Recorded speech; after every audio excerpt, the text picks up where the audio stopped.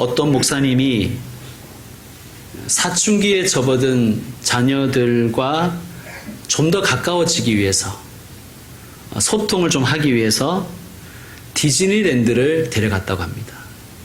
디즈니랜드가 워낙 크잖아요. 그래서 이틀 동안 열심히 함께 놀아주었습니다. 피곤하지만 뿌듯한 마음으로 돌아오는 길에 아이들에게 소감을 물었습니다. 그러니까 아이들이 이렇게 대답하더래요. 아빠 됐지? 아빠가 자의적으로 해석한 거예요. 또 아이들도 자기중심적으로 해석한 것입니다. 요한계시록을 연구하는 이들 중에 하나님을 위해서 혹은 교회를 위해서 열심히 하기는 하는데 자의적으로 해석하시는 분들이 꽤 있습니다. 여기서 자의적이라고 하는 것은 너무 지금과 미래 중심적으로만 해석하시는 분들이 꽤 있습니다. 그의 주장이 그럴듯하다, 말이 된다가 중요한 것이 아니라 하나님의 뜻, 하나님의 마음, 하나님의 생각과 얼마나 부합하는가가 더 중요합니다. 그래서 우리는 지난 주일에는 8장의 큰 그림을 먼저 보았습니다. 그리고 오늘은 세부적인 것을 보려고 합니다. 숲을 보았으니 이제 좀 나무를 봐야 되겠지요. 자, 7절 말씀 여러분 다시 한번 읽어주십시오. 7절 시작.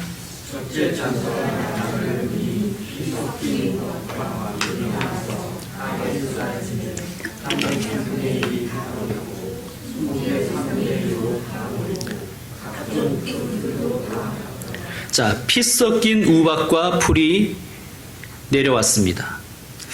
이거 핵무기 아니라고 말씀드렸지요. 예, 요한계시록의 첫 독자들은, 즉 2000년 전의 성도들은 핵무기도 몰랐고 핵전쟁도 몰랐습니다.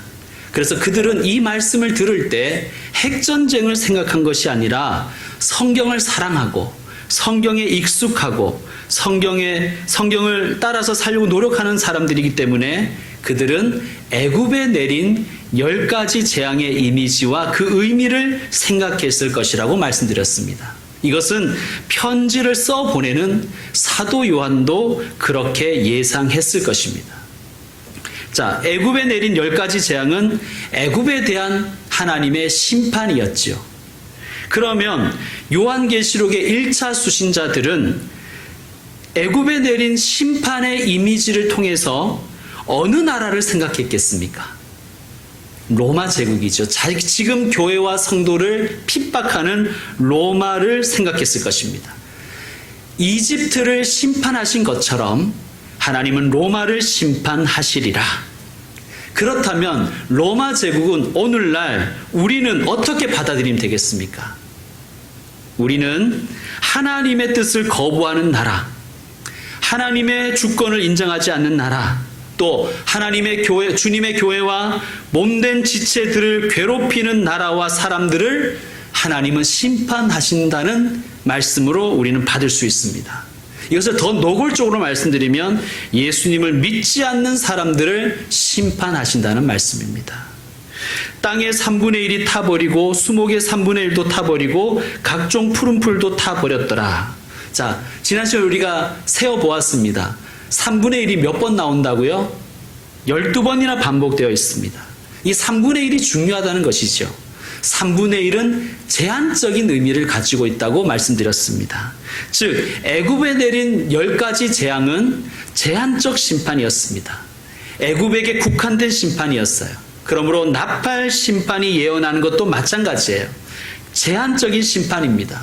누구에게? 불신자에게 국한된 심판입니다. 또 이 3분의 1이라는 것은 그 심판이 극심하긴 해도 이것은 결정적인 심판은 아니다.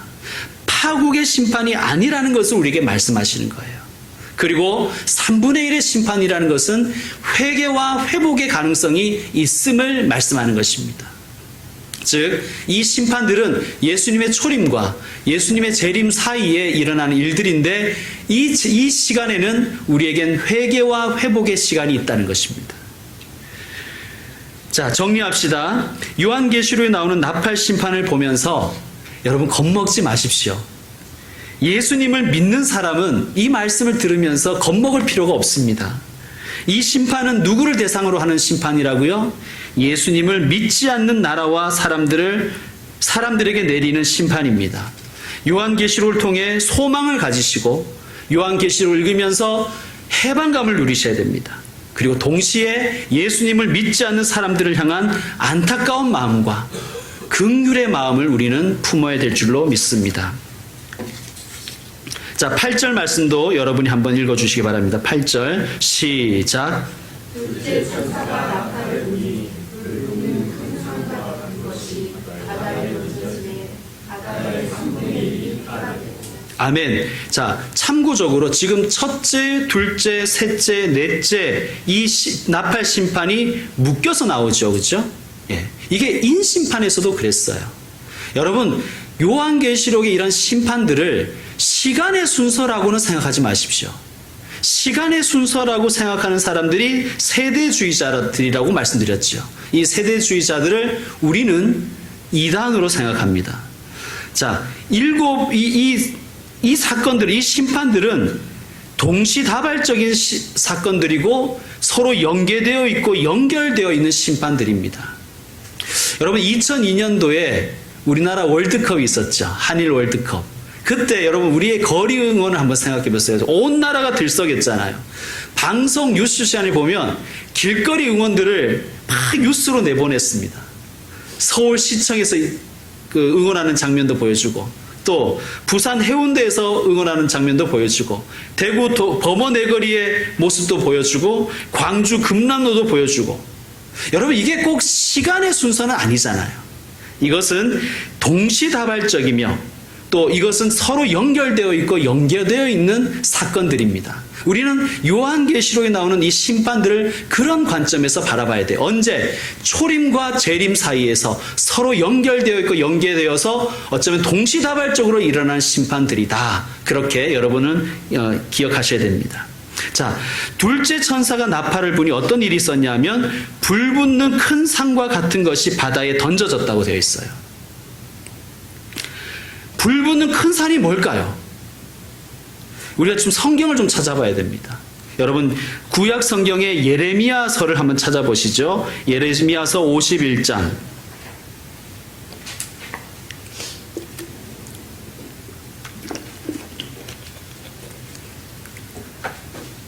자, 예레미야서 51장 25절 말씀 우리 같이 한번 읽어보겠습니다. 예레미야 51장 25절 찾으셨습니까? 우리 함께 읽어봅시다. 시작. 여호와의 말씀이니라. 온 세계를 멸하는 멸망의 사나 보라. 나는 내 원수라. 나의 손을 내 위에 펴서 너를 바위에서 굴리고 너로 불탄 산이 되게 할 것이니. 자, 여기에서 온 세계를 멸하는 멸망의 산. 불탄 산은 무엇일까요? 여러분, 여러분이 읽은 말씀에 소제목이 붙어 있죠. 뭐라고 되어 있습니까? 바벨론. 그죠? 바벨론의 멸망. 그러니까 이 온 세계를 멸하는 멸망의 산은 바벨론을 의미합니다. 불탄 산 바벨론입니다. 자, 29절 한번 읽어보십시오. 29절 시작.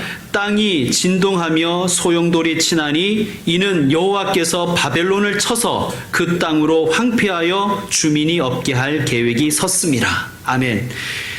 지금 예레미야서에서는 이스라엘을 괴롭히고 이스라엘 멸망시켰고 이스라엘 포로로 잡아간 바벨론을 하나님이 심판하신다고 얘기하면서 바벨론을 뭐라고 표현했냐면 온 세계를 멸하는 멸망의 산, 그리고 불탄 산이라고 그렇게 상징했습니다.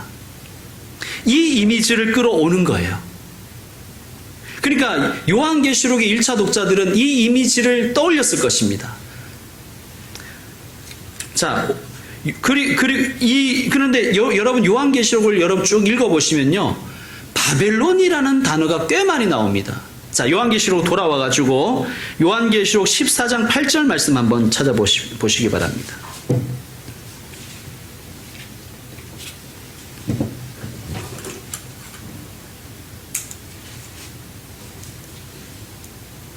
요한복음 14장 8절 우리 합독하겠습니다. 요한복음 14장 8절입니다. 또 다른 천사 곧 둘째가 그 뒤를 따라 말하되 무너졌도다 무너졌도다 그 큰 성 바벨론이여 모든 나라에게 그의 음행으로 말미암아 진노의 포도주를 먹이던 자로다 하더라. 아멘. 자, 요한계시록이 쓰여지던 당시보다 훨씬 몇백 년 전에 바벨론은 멸망했어요. 그러니까 순서상 바벨론이 먼저 멸망했어요. 근데 지금 예언을 그렇게 하신단 말이에요. 그러니까 우리가 어떻게 이 말씀을 받아들였겠습니까? 요한계시록의 1차 독자들은 바벨론을 말하는 것 같지만 그들은 누구라고 알아들었겠어요? 로마 제국이 멸망할 것을 하나님께서 예언하시는구나 그들은 알아들었을 것입니다. 그래서 오늘 본문인 계시록 8장 8절로 다시 한번 돌아와 보시기 바랍니다. 오늘 본문으로 다시 돌아와서 8장 8절을 보면 여기는 이렇게 표현되어 있습니다. 불붙는 큰 산과 같은 것. 그죠? 그러니까 불붙는 큰 산이라고 하지 않고 불붙는 큰 산과 같은 것이라고 얘기합니다. 그러니까 바벨론 같은 것, 바벨론과 같은 그러한 제국 무엇이겠습니까? 당시의 사람들에게 받아들여지기로는 로마 제국입니다. 자, 불붙는 큰 산과 같은 것이 바다에 던져짐에 바다의 3분의 1이 피가 되었습니다. 9절 말씀, 8장 9절 말씀 여러분 한번 같이 읽어주세요. 시작. 바다 가운데 생명 가진 피조물들의 3분의 1이 죽고 배들의 3분의 1이 깨지더라. 아멘. 자, 요한계시록 우리가 쭉 읽어가면요. 땅이나 바다나 이런 말씀이 자주 나옵니다. 이런 단어들이. 여러분, 그런데 땅과 바다는 로마의 지배를 받는 세상을 상징한다고 보시면 됩니다. 그러니까 하늘은 하나님이 통치하는 영역이고요. 땅과 바다는 짐승과 또 그의 추종자들이 지배하는 곳이라고 여러분 그렇게 이렇게 구도를 잡으시면 좋습니다. 이 말씀이 뭐냐? 자, 불붙는 산과 같은 것이 바다에 던져짐에 바다의 3분의 1이 피가 되고 바다 가운데 생명 가진 피조물들의 3분의 1이 죽고 배들의 3분의 1이 깨지더라. 무슨 뜻이겠습니까? 로마 제국의 지배를 받는 자들, 그것이 자원한 지배 당함이든지 아니면 억압에 의한 것이든지 로마의 빌부터 사는 사람들은 전부 멸망할 것이란 뜻입니다. 여기서 배는, 바다 위에 있는 배는 로마의 모든 경영과 계획을 얘기하는 거예요. 그게 다 깨어질 것이라는 것입니다. 여러분, 이 말씀은요, 로마가 멸망을 하는데 로마가 왜 멸망하는가? 로마는 로마 제국 때문에 멸망한다는 뜻입니다. 여러분, 무슨 말씀인지 충분히 여러분 이해하실 것입니다. 역사적으로 수많은 제국들이 있었죠. 바벨론 제국도 있었고요. 이집트 제국도 있었고요. 몽고 제국도 있었고 헬라 제국도 있었고 나폴레옹의 제국도 있었습니다. 이 제국들이 왜 망했습니까? 제국 자체가 가지는 모순 때문에 망하는 거예요. 여러분, 제국은요, 자기 파괴적인 성격을 가지고 있습니다. 제국은 강력한 군사력으로 다른 민족이나 국가를 정복하여 식민지로 삼아야만 계속해서 유지가 될 수 있어요. 그러니까 제국은 끊임없이 팽창해야 되지요. 로마 제국 역시 마찬가지였습니다. 로마 제국은 강력한 육군과 해군으로 수많은 나라를 점령했고 그 점령지에서 노예들을 끌고 왔고 그 점령지의 모든 물품을 가지고 제국을 유지해 갔습니다. 그런데 로마는 결국 로마 제국이 가지는 모순 때문에 멸망을 하는 거예요. 여러분, 악은 자기 파괴적입니다. 사탄의 세계는 자기 파괴적입니다. 여러분, 사탄은요, 자기 편이라고 해서 사랑하고 섬기고 나누고 베풀고 공존하려고 하지 않습니다. 악은 미워하고 차별하고 착취하고 빼앗고 멸망시키는 거예요. 사람들 중에 가끔 이렇게 말하는 이가 있습니다. 하나님이 정말 계신다면 이 세상이 왜 이렇게 악한가? 이런 질문을 던지는 분들이 있어요. 진지한 질문이죠. 그런데 저는 이렇게 믿습니다. 그나마 하나님께서 이 세상을 붙들고 계시니 이 정도라고. 만약 하나님이 그냥 내버려 두시면 아마 이 세상은 아비규환이 되었을 것입니다. 지금 아베로 대표되는 일본의 극우 세력은 일본의 제국주의 시절, 일본의 군국주의 시절을 그리워하지요. 그리고 헌법을 개정해서 어쨌든 군국주의로 회귀하려고 합니다.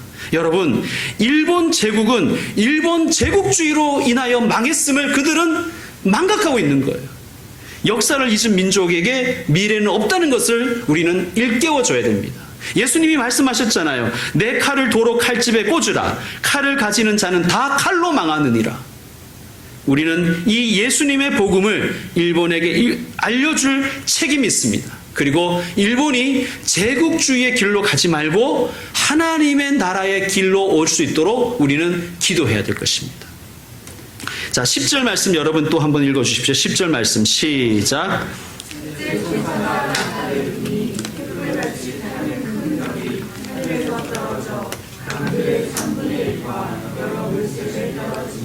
아멘. 강들과 물샘 역시 세상 나라입니다. 로마의 원리를 따르는 나라. 그게 자원해서 따랐든지 억압해서 따랐든지 어쨌든 로마의 원리를 따르는 나라들을 물샘 강들이라고 이야기하는 거예요. 자, 그럼 이 큰 별이 무엇이겠습니까?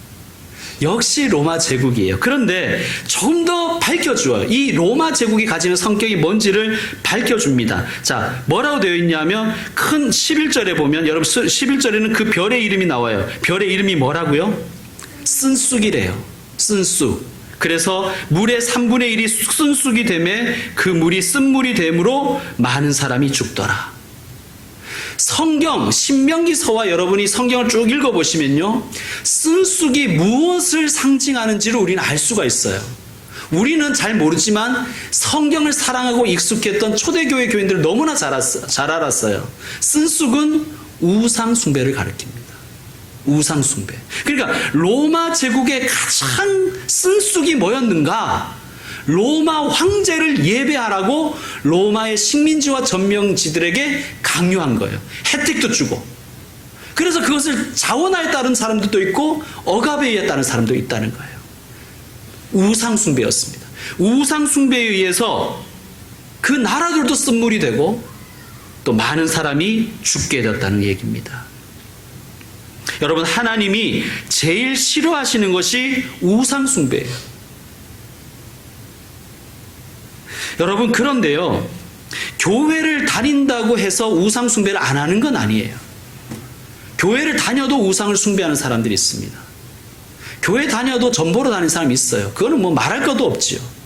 그런데 꼭 전보는 것을 떠나서 우리의 마음을 빼앗아가는 건 다 우상이에요, 여러분. 여러분, 어쩌면 게으름이라는 우상도 우리에게는 있습니다. 게으름, 조금 더 자자, 조금 더 있다가 가자, 조금 더 있다가 하자, 내일 하자, 이런 것도 우상입니다, 여러분. 핸드폰도 우상이에요.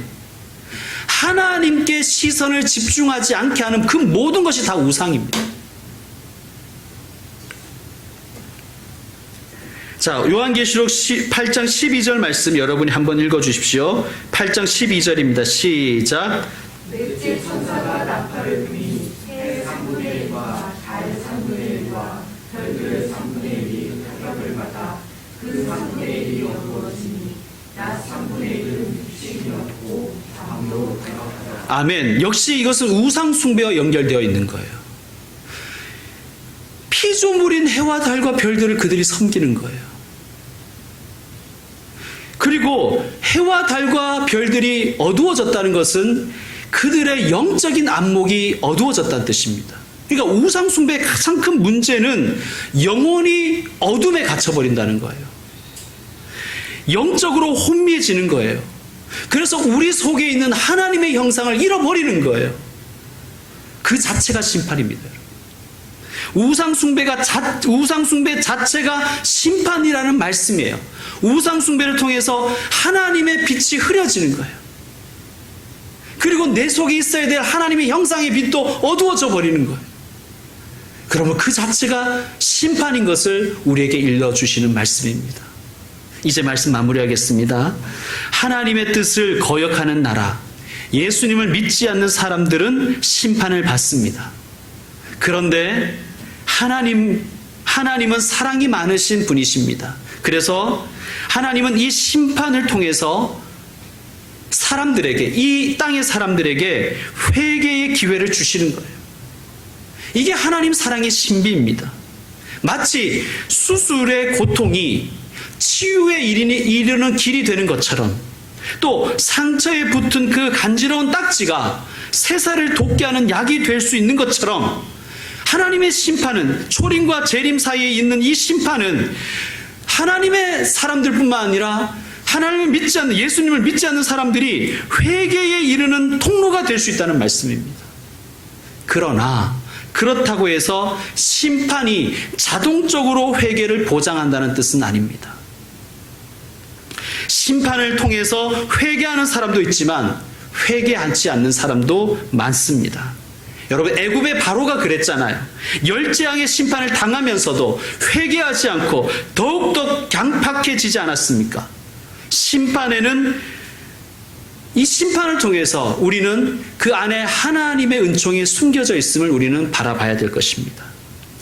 그러나 우리는 이렇게 생각해야 돼요. 하나님, 제가 심판받고 회개하는 것이 아니라 심판받기 전에 예수님 믿고 하나님의 백성으로 살아가게 하여 주옵소서.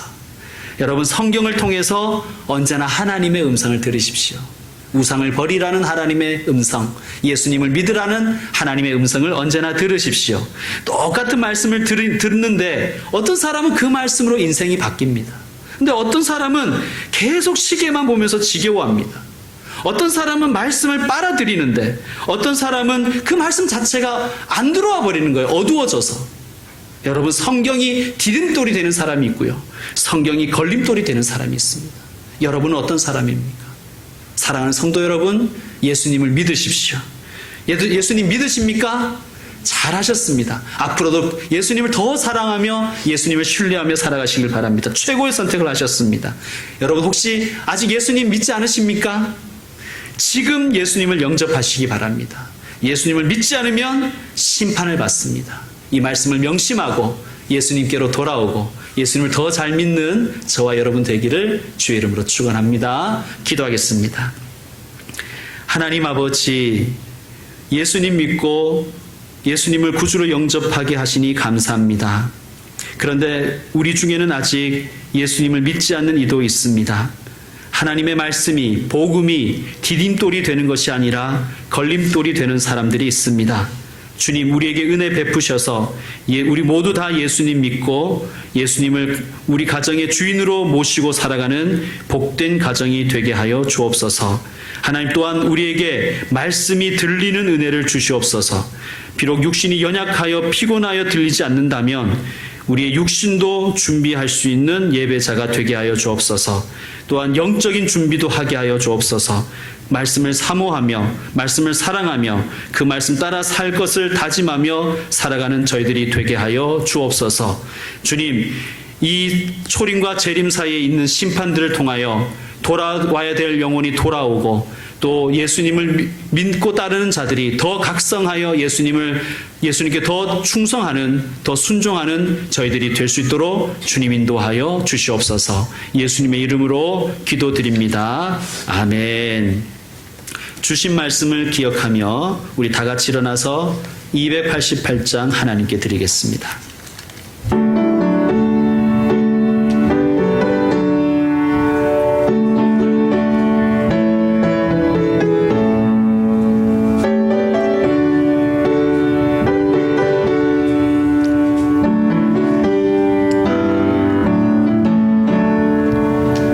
예수를 나의 구주 삼고 성령과 피로써 거듭나니 이 세상에서 내 영혼이 하늘의 영광 누리도다. 이것이 나의 간증이요 이것이 나의 찬송일세. 나 사는 동안 끊임없이 구주를 찬송하리로다. 온전히 주께 맡긴 내 영 사랑의 음성을 듣는 중에 천사들과 하늘의 영광 보리로다.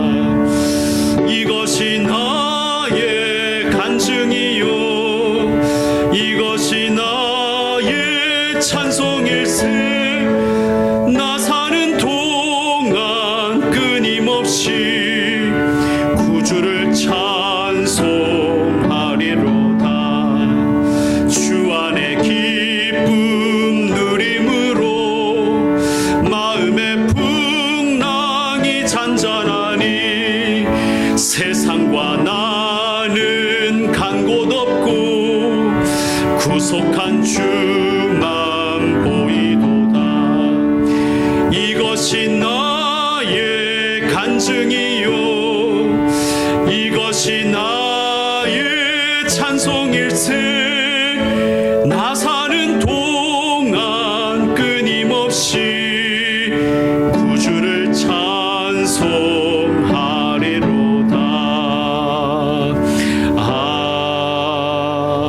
아멘. 주 예수 그리스도의 은혜와 하나님의 사랑과 성령의 교통하심이 예수를 나의 구주로 삼은 모든 사람들과 또 예수님을 구주로 믿고 성령과 피로써 거듭난 삶을 살기로 다짐하는 모든 주님의 아들 딸들에게 이제로부터 영원토록 함께 있을지어다. 아멘.